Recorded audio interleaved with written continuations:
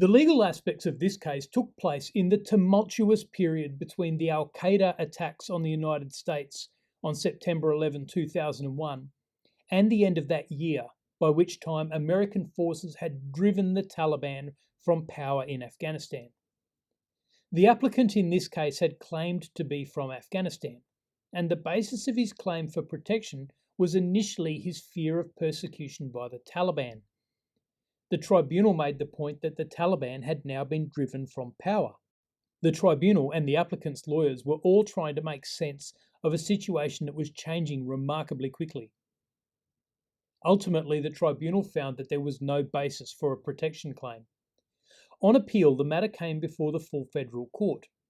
One argument there was that the tribunal had considered certain documents which had not been shown to the applicant, and that by doing this, the tribunal had acted in bad faith.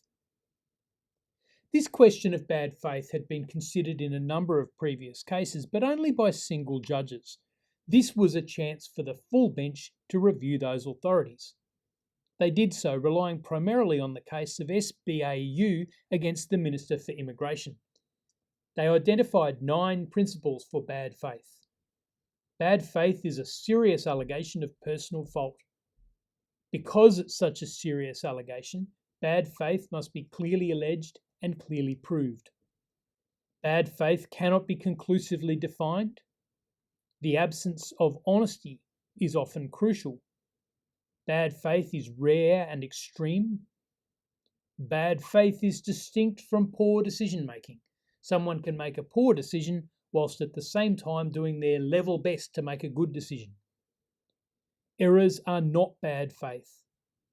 Bad faith is to be inferred from the conduct, not from the decision itself. And finally, the decision maker need not know that the decision was wrong. These principles enable the court to keep bad faith separate from any suggestion that the court might be reviewing the merits of the decision. The bar is set high for any party that's trying to allege bad faith. It's not going to be lightly found, and in this case, the full court found that the applicant had not met that high bar.